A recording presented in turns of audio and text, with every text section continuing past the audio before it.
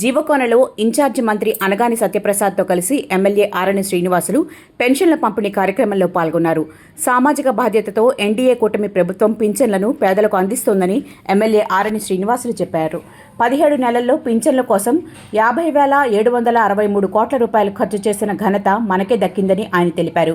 గత ప్రభుత్వ హయాంలో 2,000 నుంచి 3,000కు పెంచేందుకు 5 ఏళ్లు పడితే ఎన్నికల్లో ఇచ్చిన హామీ మేరకు పెంచిన పింఛన్ను బకాయిలతో సహా కలిపి ఇచ్చిన ఘనత ముఖ్యమంత్రి చంద్రబాబు నాయుడు, ఉప ముఖ్యమంత్రి పవన్ కళ్యాణ్, యువ నాయకులు, రాష్ట్ర విద్యాశాఖ మంత్రి నారా లోకేష్లకే దక్కిందని ఆయన అన్నారు.